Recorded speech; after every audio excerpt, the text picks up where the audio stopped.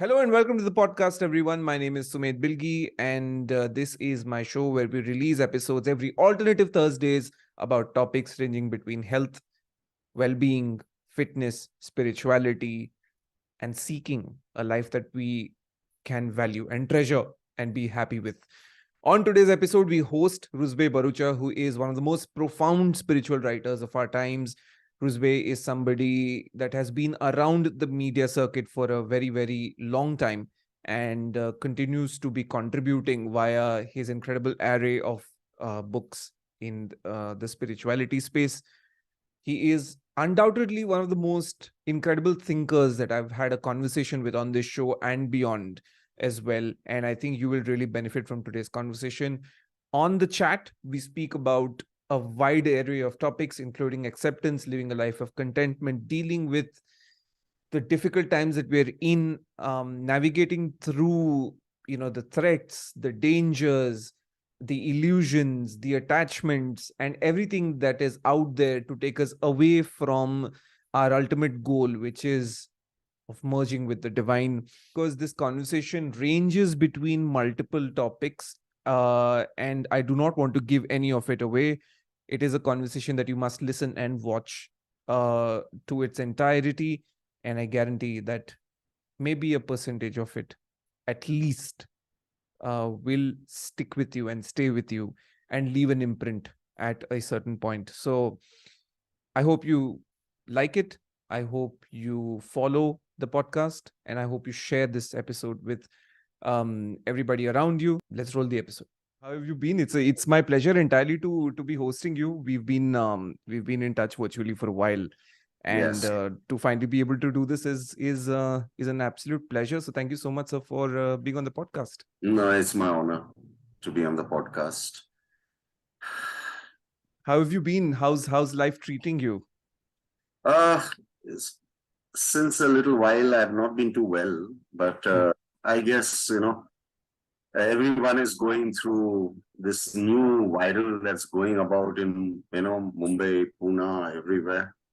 Right. And like everything, this, earlier a viral would last for 5 days. Now it seems to be lasting for a few weeks. Yeah. It's been quite the time, hasn't it? Last couple of years, the world's been through so much. Yes. What's your reading been of it? The kind of change that we've been through. See, I'd written my first book was called The Last Marathon. Okay. It's a book, Life After Death and Spirit Communication. And I had written it in 1998, 1999. And I'd interviewed Veera Keshwala, who used to channel Avatar Meher Baba. And when COVID struck, I got a lot of people who had sent me a paragraph from that book, which said that Avatar Meher Baba says through Veera Keshwala that from the year 2020 to the year 2030, mankind will go through things they've never gone through before. Now, you must understand that book was written nearly 21 years before 2020. So, if you look at it from that angle, maybe it is destined. Maybe this was what was planned much, much before. I wouldn't like to put the blame on any country or anything. I just think that sometimes destiny unfolds in various strange ways.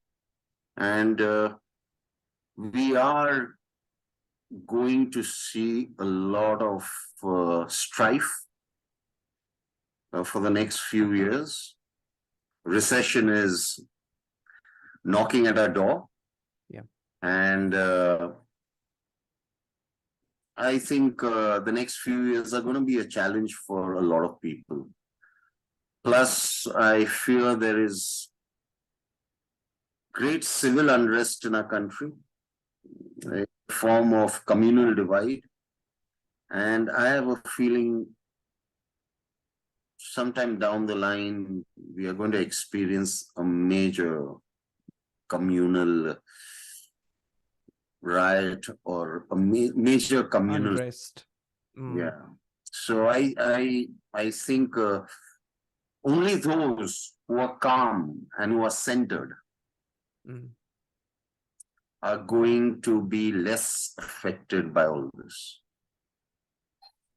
Yeah. These are tough times, and unfortunately, I feel more tough times are coming. Yes. Which is what I wonder so many times when I, with this decision of coming back to Bombay and, pursuing something. I feel we're always in the pursuit of something, aren't we? Always trying to chase something.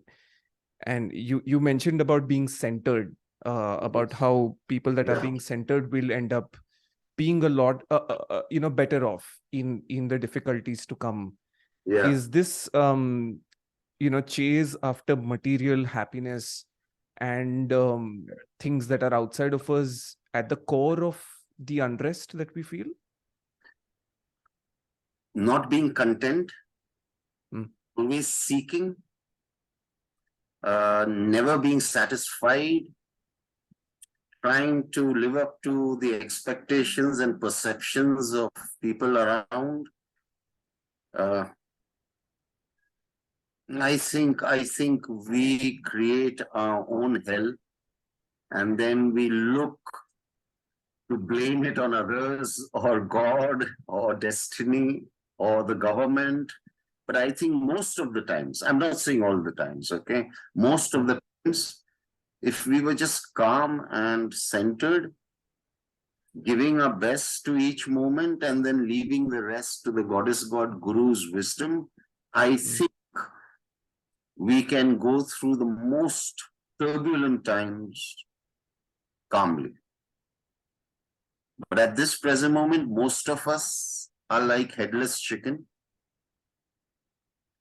Like, a dog trying to catch its own tail and chase its own tail. And it's unfortunate. It's unfortunate. Of course, one cannot disregard the fact that inflation is really, really moving at a rapid pace. Yeah. Salaries are not. Education has become phenomenally expensive. Yeah. If you are ill and in the hospital, sometimes when you see the bill, you feel you are better off dead. So it's a two-pronged thing that is happening, but yet only those who are going to be very centered. That's a key word. Those are going to be able to keep their heads above water. And of course, the new fad of living off EMIs is a dangerous way of going about life. Yeah. Sense of immediate gratification, right? We are always chasing this immediate gratification, and I want that latest watch. I want to show off my shoes, my car, my house, and the EMI is the is the quick antidote to that. I'll little payments. At the surface, it doesn't seem like much, but when it piles up, it adds up. It adds up. A few days back, a father and son had come to meet me. Father had grown up the hard way. Yeah.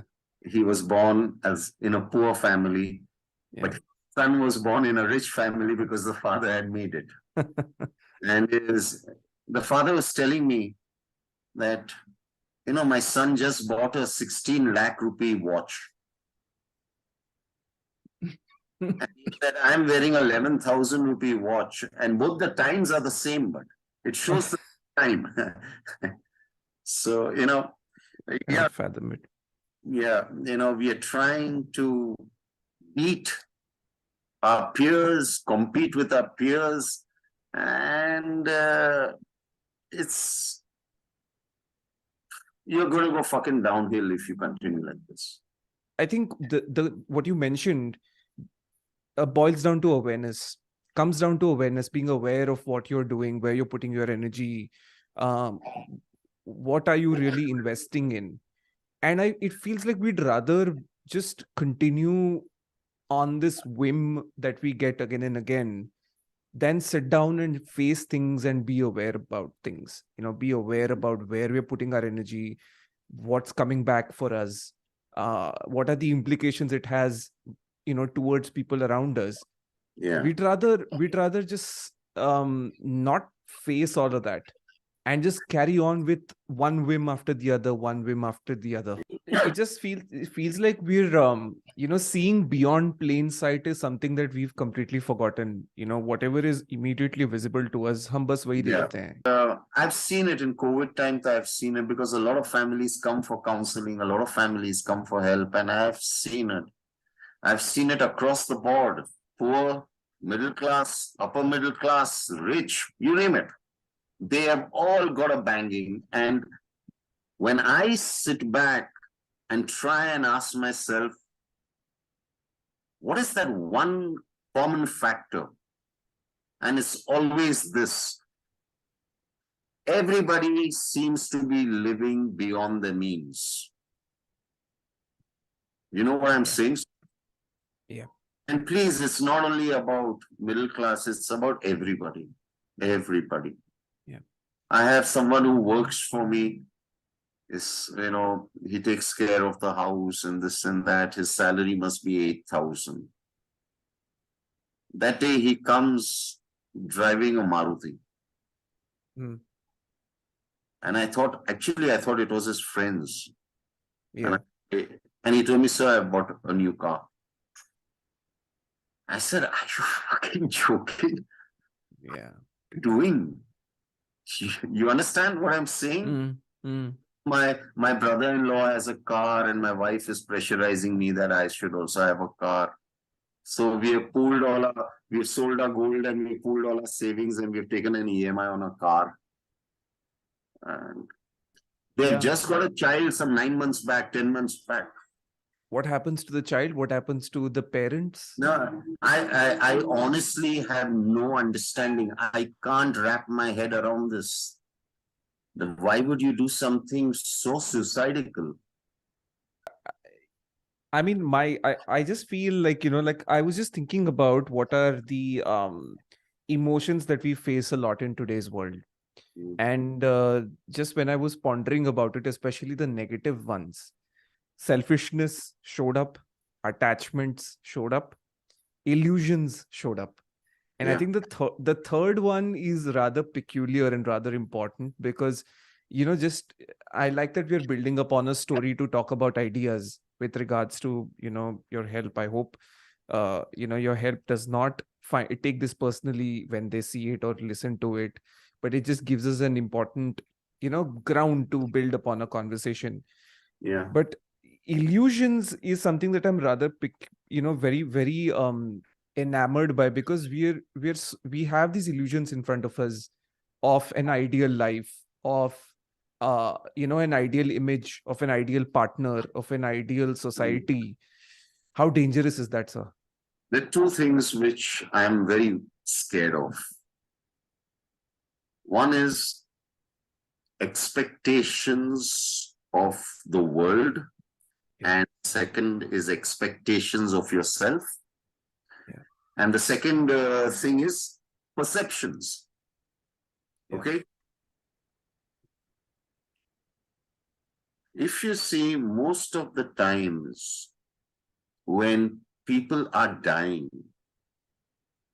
and when a loved one talks to them saying, is there anything you regret?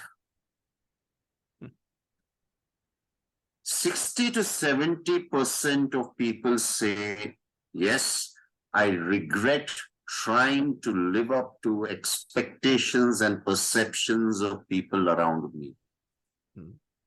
More, not less. I'm really downplaying it. I was reading, somebody is doing research and they said, would you just go through the book? And they've interviewed quite a few people. those who are on their deathbed, those who are very old, and virtually all of them said the same thing, that I wish I had not tried to live up to the expectations and perceptions of the world. The second thing which is common to all is, I wish I had been content with my lot. Okay? Now it's very strange. Here are people who are about to die in a few months' time, a few weeks' time. These are the two regrets that have come out from them. Even in my counseling that I do, a lot of times, I ask those people, if there's one thing you would have avoided, what would it be? And the answer comes very fast. Trying to live up to expectations and perceptions of others, trying to live up to, matching the standard with our neighbors and colleagues and families. These are things that come out very fast. That means obviously it's playing on their minds somewhere. Okay? Yeah. So I believe that if an individual can just take care of these two things, one is stop trying to meet up with expectations and perceptions of others. Trust me, God has failed in making everybody happy. You and I are not going to succeed in that. And second thing is being happy with your lot. I'm not saying being fatalistic. I'm saying you're giving your best, and then you're being happy with your lot. I saw that trait. I saw that trait in my mother. I saw that trait amongst my aunts, and I was growing up in a joint family, cousins staying together. I saw that trait in my maternal grandmother, paternal grandfather. And when I look at them, what is that one thing that they had in common? They were happy with their lot. They weren't seeking whole time something. They weren't wishing, oh, I wish this had happened. No, they didn't do all that. And we've come from a very humble family, nothing fancy. And trust me, those are the best days of my life because I lived among satisfied, content people. And I think that's missing, Sumedh. I think that's going out. That's going out. And we are not inculcating it in our children. We are pushing our children. You got to get better marks, you get a better job so that you get better money and you're on a high post. We are pushing our children. We are not telling them, Bacha, you have go for your calling, be happy, give your best, enjoy. No, it's all about the position. It's all about the money and the package. So we are training our children from a very small age that that's what your focus should be. We are not talking about health is wealth, relationships are wealth, your connect with your goddess, God, Guru is your wealth. No, we are saying your position in life and your bank balance is your wealth. And then what do you expect these children when they grow up? What do you expect them to do? The first thing that you spoke about is death and how people do, at the time of their death, somehow see things a little more clearly in hindsight. And the role of and the importance to the body being dropped, given in the spiritual lens, in texts and, gurus, spiritual beings that have walked this earth. They've always given death a very important role. So, the way we view our mortality, is that something that you think has changed, where we view it differently now to where we used to, view it differently earlier? You see, in ancient times. Why ancient times? I mean, I've seen it in my grandparents. Yeah. Okay. They were very clear about 2, 3 things. They were clear that they are not the body. They were very clear. They were clear that your karma is going to decide where you land. Yeah. And third, they were clear that as you sow, thus you shall reap.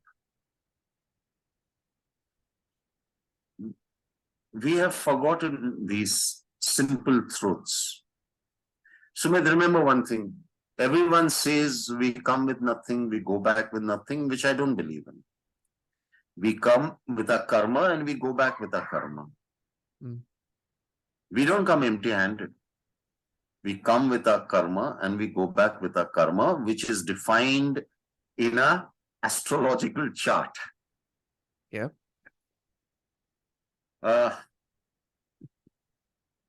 There's a section of, I think, Tibetan or Buddhist monks who have to, every day in the morning when they wake up, they have to meditate on their death.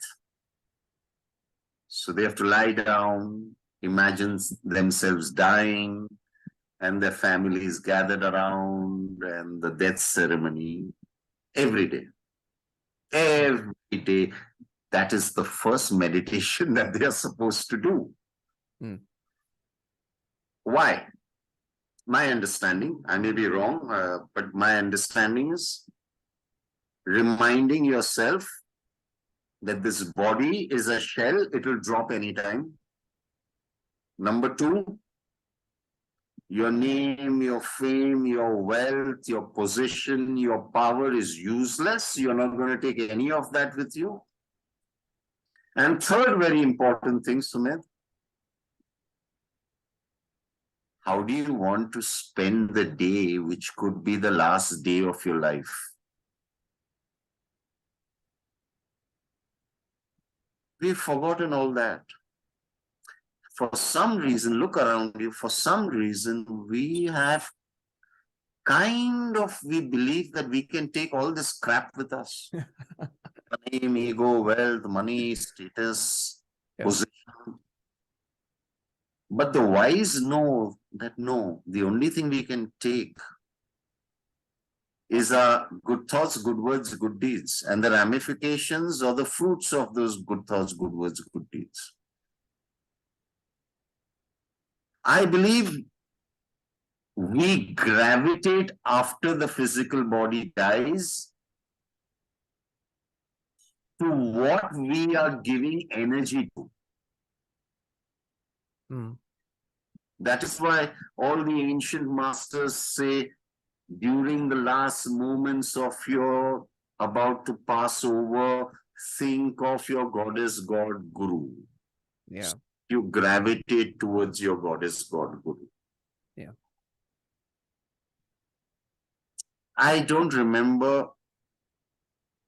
I have witnessed and I have been part of many people passing over in these 25 years of channeling. My last conversations with those who are about to die, I don't ever remember one single person talking about name, fame, bank balance, glory, position. No. I see fear in their eyes. I see regret in their eyes. You know, I know they want to tell me, I wish I had time to turn things around. I would have lived a more calm, centered, fruitful life. So that's why we don't say death. Because the body dies, the body dematerializes, the spirit within us keeps moving. And that's a fact. But I think we've forgotten all that. We've forgotten all that. because it's not immediately visible, right? It's not visible, it's not tangible. We can't hold it, touch it, feel it. Yeah. Which is why also worshipping, being in prayer, being Yes. devoted to God is something that I don't see a lot of people being devoted. It's more about, I will pray, I will do this havan, it'll get me something. Yeah. It- I will do this and it'll get me something, because the presence is not tangible to the immediate eye, which ties in with what we spoke about earlier, which is seeing beyond plain sight, being aware. That's missing. Sumedh, I'm 55 now. Okay. Mm. If you ask me, what have I learned? And I've learned this very recently, unfortunately, very recently, but fortunate that I learned it. Yeah. It's not about your prayers. It's about how much you love the one you're praying to. Beautiful. It's not about your puja paths and your namaz and whatever. It's about, do you love who you're praying to? Are you in a state of gratitude?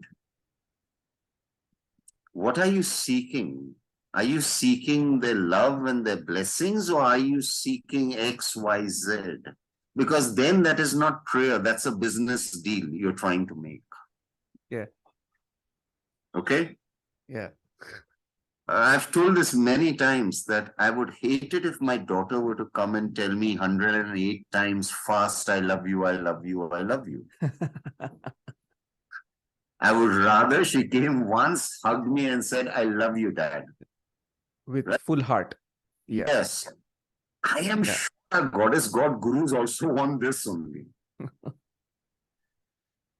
Yeah. So, you know, I've talked to a lot of people as to why do they pray. Yeah. Yeah. And I think I've got two answers from most of the people. One is because we are seeking something. Mm. And one is we are fearful that what we have might go away. Yeah.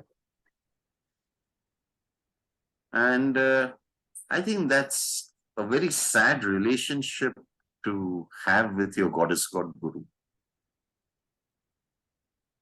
So my mind went straight to Shirdi for some reason. And Yeah. I've noticed this, that a lot of people, when they go to Baba, and obviously, I mean, I'm glad that we are finally here at this point in the podcast where we can talk about Baba, because my Yeah. y- I obviously learned a lot about you when I, through a Baba network. Yeah. And I've seen a lot of people go to Shirdi, drive to Shirdi all the way and donate money there. And it's always about, okay, Baba, I've come all the way. Now give me the promotion, uh, give me the this, give me the that. Yeah. And it's actually sad, like I never, like I feel a sense of sadness when I mean, I don't know if you felt this as well, but I felt this when I've been to Shirdi. I feel very, very sad about it, because the way, people view and approach, a relationship with Baba, or it could be anybody and any God, Guru, Goddess, the way you say it. But, just the way they approach it. And, in the chase of wanting something from Baba, they are missing out on the most beautiful relationship that you could have with anybody. You must understand one thing, Sumedh. Even when Baba was in his physical body, his last 2, 3 years, he was quite disillusioned. Okay. Mm. He said, people are coming for rags when I want them to give the khazana. Yeah. I've asked this question a number of times to myself and to my people is, let's say if Sai Baba of Shirdi somehow manages to make an announcement Mm. that my children, I will always love you. But from henceforth, I will not be able to do anything for you. That department, that portfolio has gone out of my hands. How many would still love him? I want to know how many people would go to Shirdi after that. I've asked myself many times this question about my own self, my own love. Same. Yeah. And I would like to believe that I only love him. I would like to believe that my destiny I have to go through. And Baba might not be able to help me where my destiny is concerned, but I would just like him to be holding my hand when I'm going through that destiny. Yeah. We have made everything into a business deal. Yeah. Our goddess god Guru has become the CEO of a company. That's it. You go to them for give me a raise, give me a holiday. Yeah. No, we are just seeking, we are just seeking. How many times do we honestly, with all our love, say, thanks so much, Baba, for everything. You know, you've given me everything. How many times do we say it? Not often, I think. Yeah. Some never, perhaps. Yeah, Dada Vaswani, when I was interviewing Dada Vaswani, he told me something very, very sweet. He told me, Ruzbeh, Shukar is the most powerful prayer. Shukar. Yeah, yeah.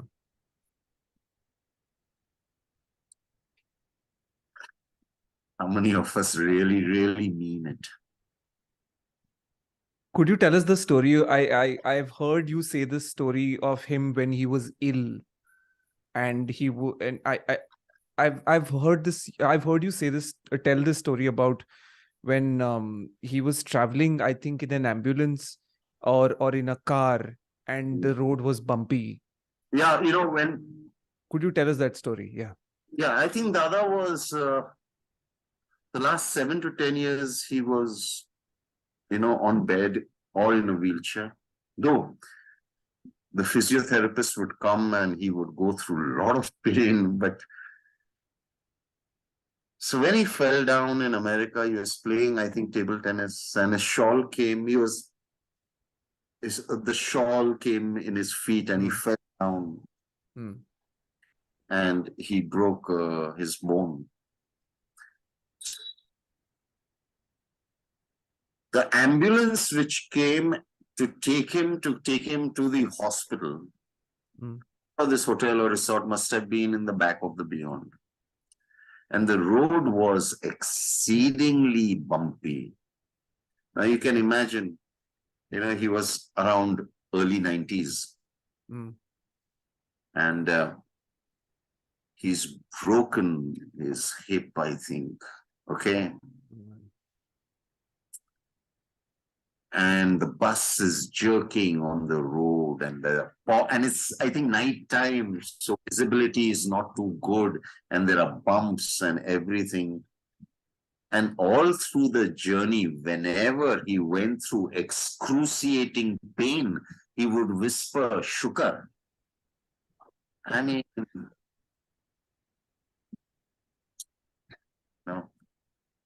these were giants.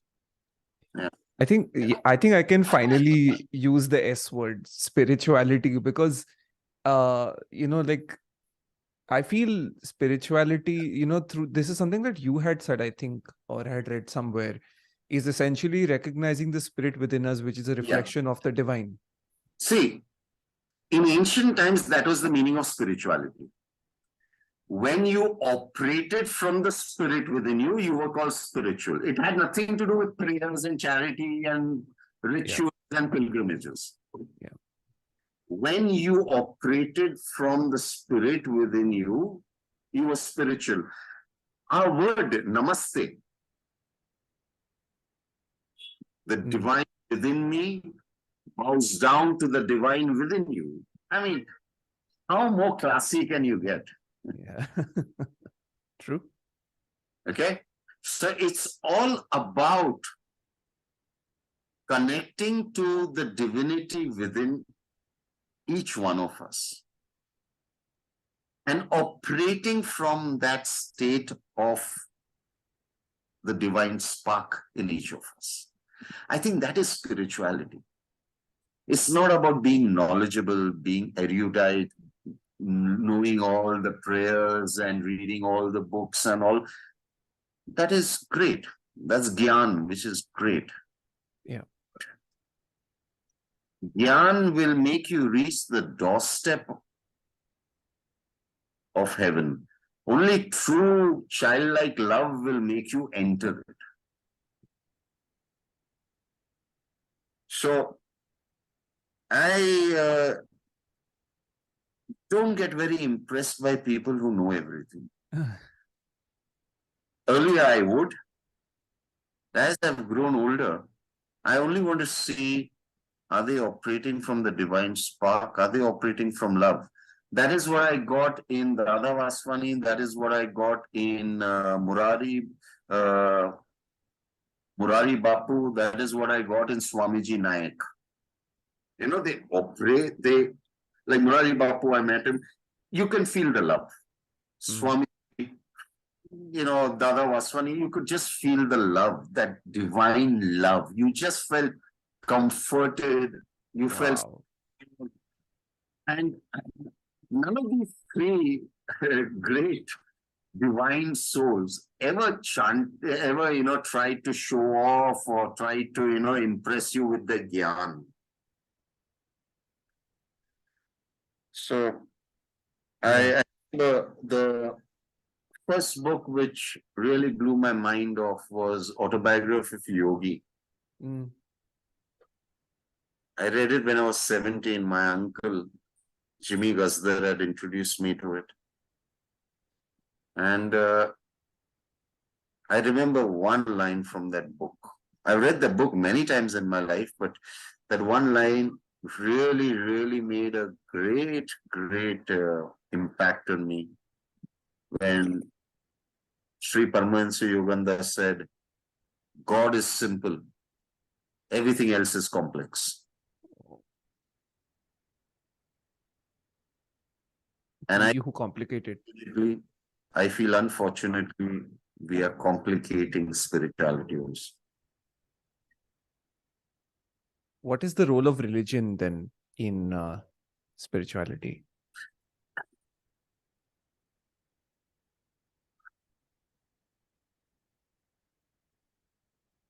Religion is like a roadmap. Okay? They try to teach you a moral code of conduct.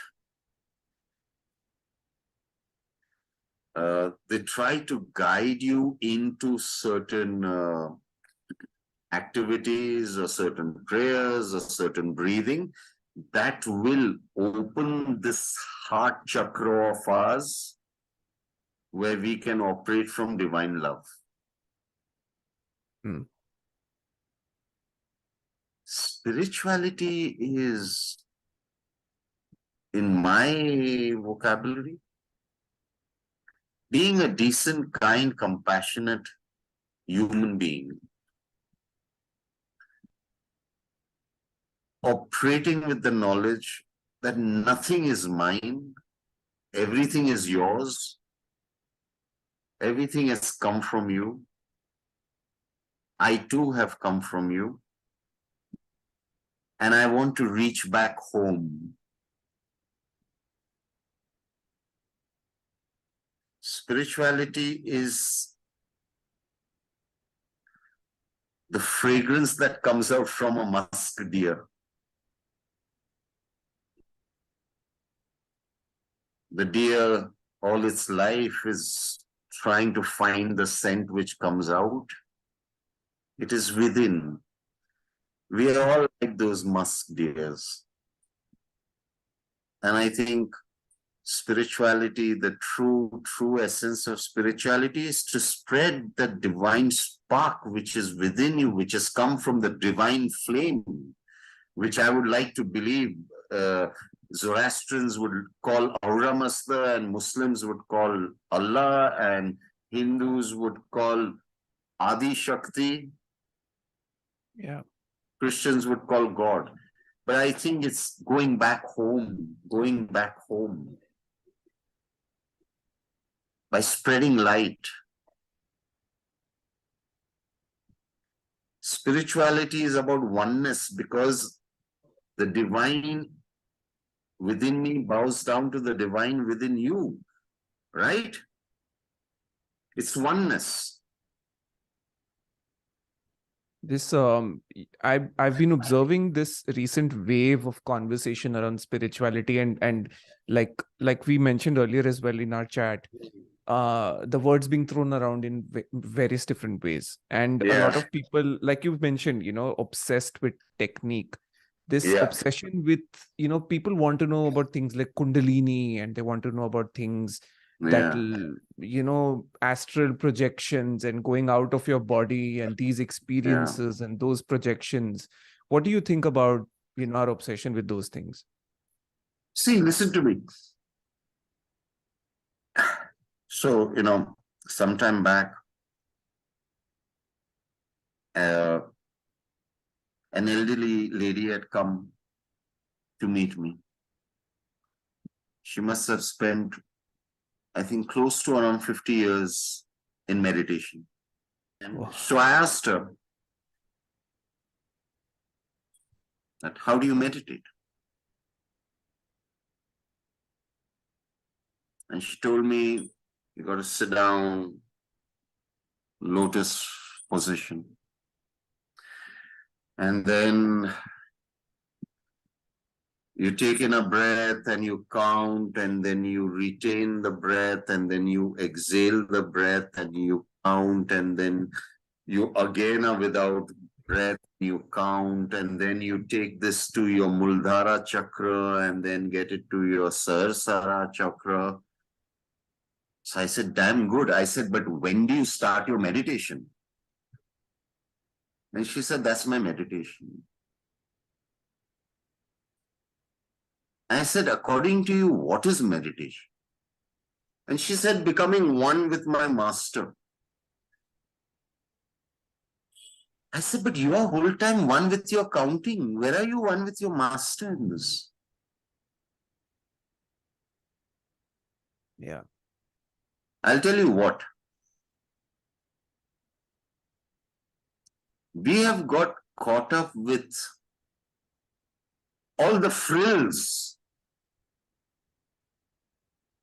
All the frills. We have let go of the true essence. Somebody told me, Ruzbeh, why don't you hold a 5-day retreat on meditation? And I said, I'll be able to talk about meditation for 15 minutes. What the fuck am I going to do for the remaining so many days? Yeah. Number one, Kundalini meditation can be done only in front of your master with guidance from a spiritual guru. Because the Kundalini Shakti is more powerful than all the nuclear energy in the world. And if you don't know what you're doing, or if you're not being guided properly, you could, face very dire consequences. Yeah. And what is about Kundalini Shakti? So what if all your chakras are opened? How does that make you a better human being? How does that make you love your goddess, God, Guru more? There is a difference, Sumedh, between Shuddhi and Siddhi. We are all trying to move towards Siddhi, where Shuddhi has been completely, pushed aside. What What's do the you think? difference? What's the difference? Yeah. Shuddhi is purity. Siddhi is power. Shuddhi is purity. Yeah. A decent human being. We're not bothered about that. Others, compassionate, giving, loving, spreading the light. That's Shuddhi. Siddhi is about chakras and kundalini and astral travel and miracles and all the other stuff. But remember one thing, every true master has said Siddhi is the greatest obstacle on the path of spirituality. Wow. Wow. Okay, Yeah. all the great masters have said these Siddhis are an obstacle on the path of spirituality. But look at our work. Look at us. We are all gravitating. Look at the. Anyway, to each his own. Yeah. It's all, yeah. You couldn't have said it better. I mean, the Siddhi versus Shuddhi, and I see a lot of content on YouTube on this, where everybody, in the name of spirituality, these podcasts only talk about all these things that will enhance your power so you can become something. This is all a process of just one-upping each other and trying to increase your you know your position and try to become superhuman, and it's not really about love. It's not about love. One of the most important things that you've mentioned on this conversation in this conversation is karma, and what you come with and what you leave with. And that, I think, is such an important, it feels like, I mean, I'm here as a student, I'm here to learn. It just comes across as probably one of the most important variables in your journey in the physical plane.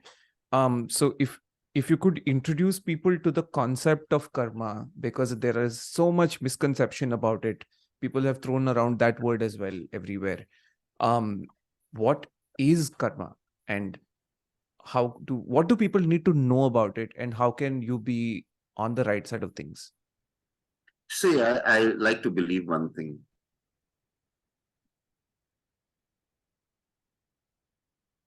The creator, okay, who is our mother and father, is not unjust, right? Fair. Fair. Not partial. If you remove karma from the equation, then you get a very partial God. I would not like to believe in God if karma was not in that equation. Oh, wow. I refuse to believe my God can be partial. Yeah. I would rather not believe in God. Okay? Yeah. So for me, karma is the foundation for my beliefs in the existence of God. Right? Yeah. When we, as tiny sparks of consciousness, leave the great flame, who I would like to call Adi Shakti Param Kali, okay? We have no karma. It is all free will. Okay, Sumedh? Yeah. It is all free will. But as we start going through our journey, our wants, our needs, our ego, everything starts cropping up. And that is when we start doing things which are right and wrong, good and bad. Okay? So from complete free will, now slowly the consequences of the use of your free will has started, right? Mm-hmm. And then many times the consequences overcome the free will. And you will see people who are completely governed by what we would call circumstances or plans or whatever you want to call it. Karma is nothing but the fruits and ramifications of our thoughts, words, and deeds. It's like going to a mall and using the credit card left, right, and center. And at the end of the month, the bill is going to come. Then you say, what the fuck? This mall is exceedingly horrible. You know, I have a personal vendetta against me. But that bill is going to come. Yeah. And sometimes you get those free points, free things, everything, you know, mileage where you get a free flight because you've flown. Hours. So, you understand what I'm saying? Yeah. So karma is nothing but our own higher self making us experience the good and the bad of what we have let out in the universe. God is God, Guru have got no role in this whole thing. Our karma is stored, they say, the sages say, our karma is stored in our aura. Yeah. And there are times, particular time logged in where it activates. So some people are going through a beautiful period, 5 years, 10 years, 15 years, 20 years, great. And then suddenly shit hits the fan. Yeah. So karma is very simple. As you sow, you reap. That's why I told you, we don't come empty-handed, Sumedh. We come with our karma and we go with our karma. What is it that people need to be aware and cognizant about? Each moment. Each moment. Each moment. Wow. Trust me, you know, Avatar Meher Baba has said, God is all merciful, but the path to God is merciless. Wow. Yeah. One of the main foundations on that path is karma. Merciless. Doesn't leave anyone. Didn't leave Sri Ram. Yeah. You understand? Yeah. So what are we? Yeah.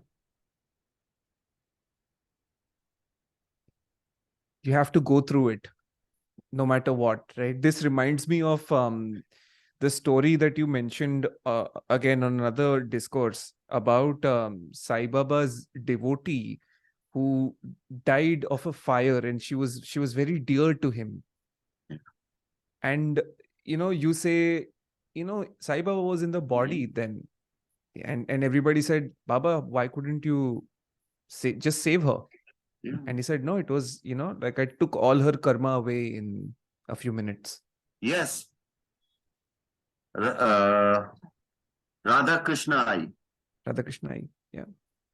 All the customs that you see in Shirdi, she has initiated. All that you see in Shirdi now, she has initiated. She was less than 100 meters away from Baba. And she burnt herself to death. Yeah. And when people ask Baba, and it's not written in many books, it's not written in Satcharitra, it's not. It's not, yeah. Because we want to project our Guru as a miracle machine. Yeah. Yeah. So when they asked Baba, Baba said that because of a karma and a tongue, Mm. he would have had to come 5 to 7 times and suffer. Baba said, I finished it off in a few minutes.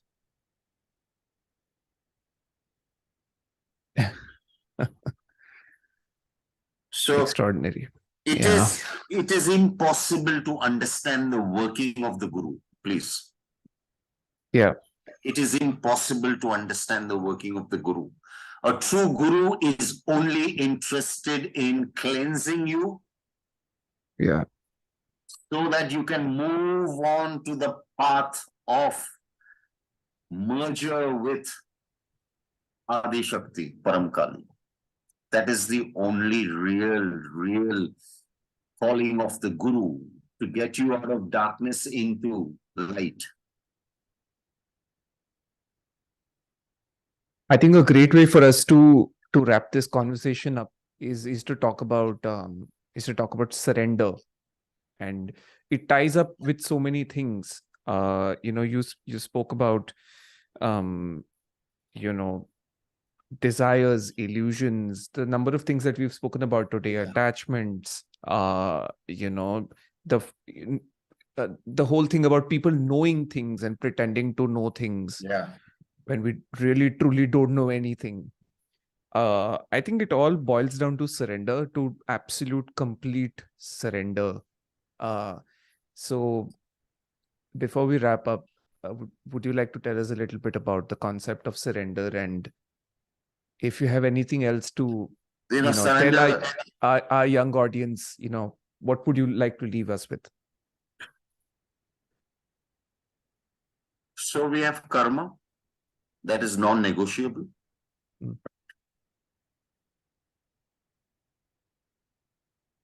We have the wisdom of the master, which is unquestionable.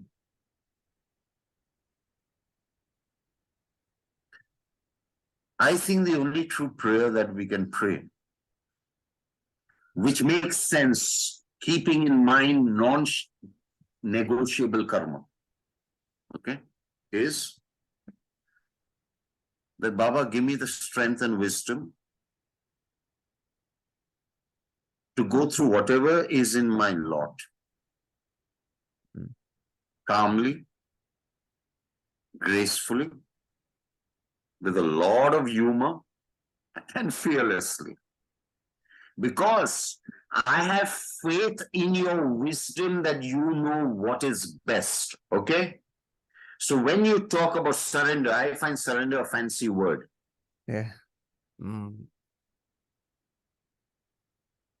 True acceptance, joyous acceptance of our goddess God, Guru's wisdom, that she or he knows what's best for me and my lot, is the way forward. It's damn difficult. It's not easy. Yeah. But if you're asking me, what is the greatest way of showing true love to your goddess, God Guru? It is with this attitude that I have given my best, now I leave the rest to your wisdom. Jo karna hai, aap kar lo. Yeah. Beautiful. So I think we could end up speaking forever, but I know you're pressed on time and you have a lot of things to do. But as you mentioned very beautifully, being aware of every moment is what we need to do. And I think I have tried my best to be aware and to be thankful of every moment that I've spent with you on this show, in this conversation. I'm very grateful to have come across you thanks to the internet, but I think there is a higher power beyond the internet that was responsible, and that is responsible for all our interactions in the world. And I'd like to believe that our conversation was also divinely guided today. So Sure. I'd like to thank you for your time. And I hope you had a good time being on the podcast. It's always divine to spend time, one seeker with another seeker. That's it. Okay, Sumedh. That's it. So That's it. I'm honored that you had me on your show, and I wish you and all the viewers all the happiness, all the contentment, and all the protection. May Baba Sai be with us all. Jai Baba.